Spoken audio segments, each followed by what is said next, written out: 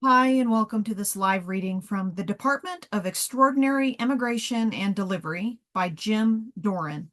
And this is presented by Itsy Bitsy Book Bits. Nothing in the Attic, February, Amherst, Nova Scotia, Canada. Nobody knows what I am, and I must keep it that way. Rebecca Eidelweiss whistled Irving Berlin's century-old tune always while she waited at the front entrance to a suburban home. Adjusting her shoulder bag over a business jacket, she looked the part she was playing. She had fooled the customs agent she'd met earlier this morning flying into Halifax. The agent had welcomed her back to Canada, remarking on the multiple pages of stamps in her passport. Rebecca was a world traveler, but only because she had to traverse the globe for her job. She never traveled for pleasure. The cold air bit at Rebecca's exposed ears, and she squinted in the brilliant sunshine. The light reflected off the four-paned windows on the pastel green door. The shade of green reminded her of the color of the bus she had taken from the airport to the car lot. The driver had tipped his hat and wished her a successful business trip. A business trip was a decent assumption, considering Rebecca had changed into a black blazer, all cotton dress shirt, and tailored suit pants at the airport. After exiting the bus, Rebecca had proceeded to her customized VW Passat in the parking lot. She worked hard for a living, though not for any typical company. Some people, such as a woman in Switzerland who had nearly killed her on the roof of a ski resort, would swear she was in a shady business. The shady business of kidnapping, that was. The woman believed Rebecca was a bounty hunter, but no, not a kidnapper, nor a bounty hunter. For Chiron's sake, the temperature was frigid out here, and nobody had answered the door. Rebecca knocked again, the equipment in her bag rattling. She had filled the bag from her locker en route to the house. Yes, if people knew she carried a bola, a Glock, a taser, earpieces, a syringe, and a ragged pocket knife, they might guess she was a hired assassin, and they'd still be wrong. They didn't account for the skirt folded at the bottom. She always carried a skirt in case the transformation ruined her pants.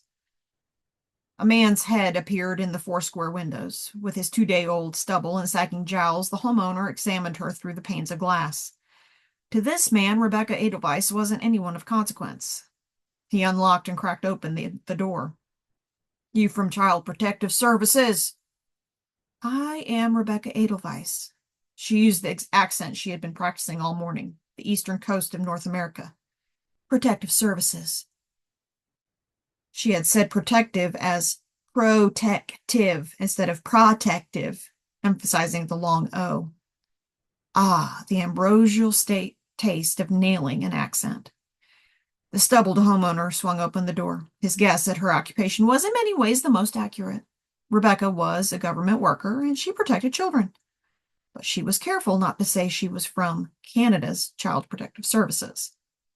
The man stepped aside, and Rebecca advanced into his house. The heat was welcome, if a bit cloying, as the frigid February air had chilled her this morning. Her nose wrinkled at the scent of cigarettes mixed with what smelled like yesterday's fish dinner. The furniture, a couch, rocking chair, recliner, and television on the ground leaning against a wall, was shabby but not dirty. Yet she spied dust on a painting above a fireplace. While the man shut the door behind her, she remained in place in the living room, eyeing a narrow staircase leading to the second floor. To the naked eye, this residence was a typical house in Amherst. The small two-bedroom dwelling might have been homey in the past, but no longer. A death in the family. Rebecca noted the layout of the house. Front entrance with a staircase up to 2 bedrooms at the entry, and on the first floor, a hallway leading to the kitchen and dining room in the back, with a door to the yard. Rebecca had studied the floor plans of the residence on her flight to Canada in case she encountered trouble. Now she surveyed the actual house while running potential escape routes through her head. The man rubbed a grizzled chin, mouth turned downward. Rebecca suppressed a scowl of her own. My visit is most peculiar, Mr. Crawlston. This is Nova Scotia, not some urban city filled with crime. The force majeure of your wife's death doesn't break the contract of fatherhood. In short, we don't give away our children here. Crawlston's voice was grating. I don't want money, and I don't want her. His response held a ghastly sentiment, but his attitude would make everything easier. Rebecca had taken children from parents who permitted it. She wasn't a kidnapper, but in circumstances where the children had wanted to stay, removing them felt like abduction. In this case, Crawlston had called Canadian Child Protective Services. A mole from Rebecca's country, Elysium, had rerouted the phone call to her department, and one of her own had talked to Charleston on the phone and arranged this meeting.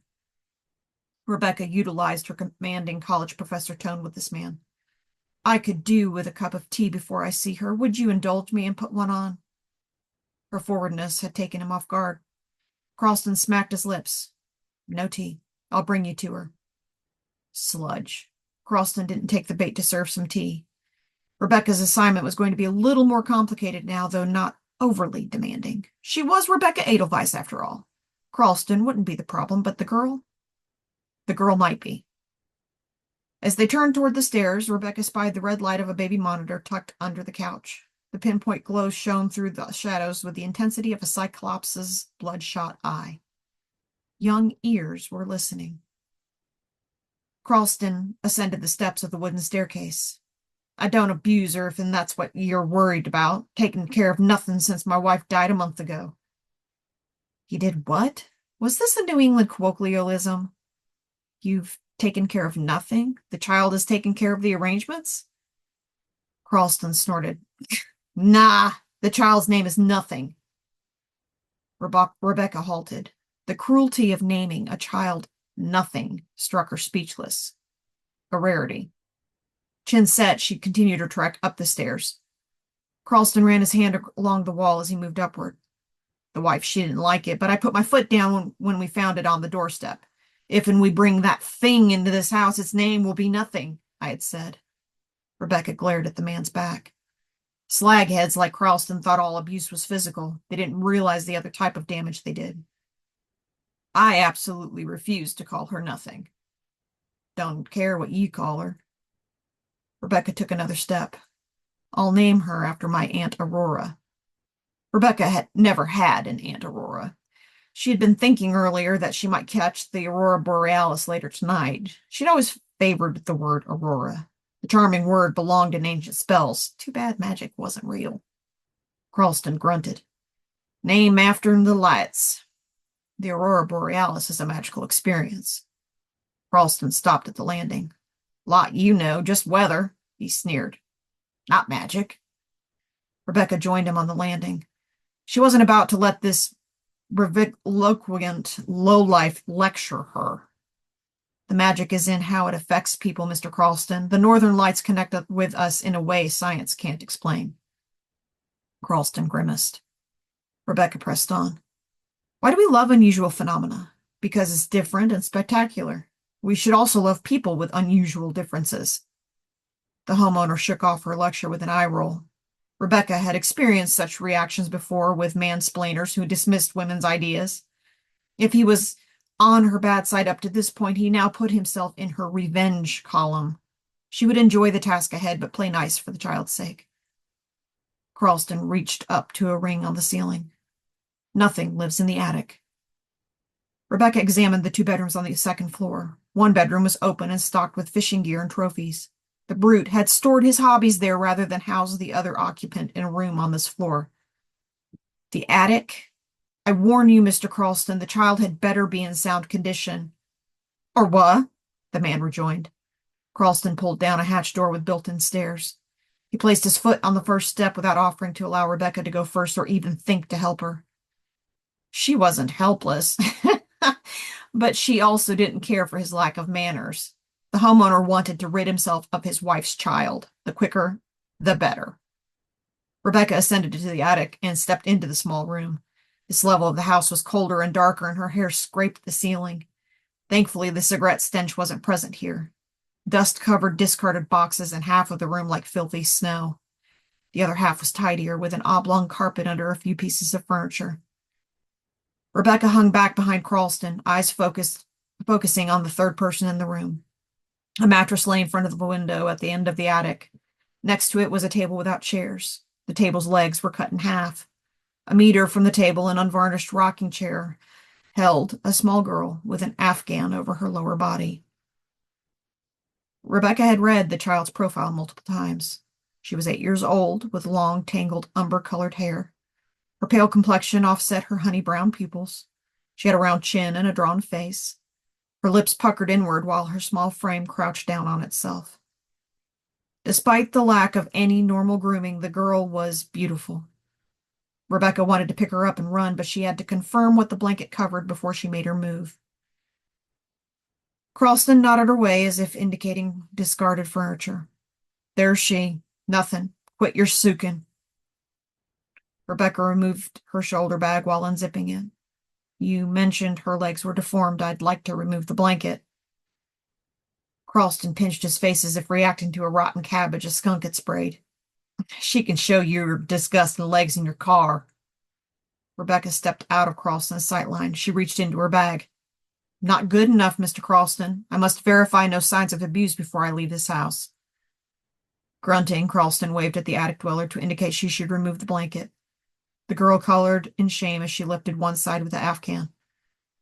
Attached to her hips was a spindly, crooked, hairy limb extending in a hoof, similar to a goat's front leg. And verified. Rebecca examined the girl's head again, confirming the shape was round. What would Cralston have done when her skull started to change shape?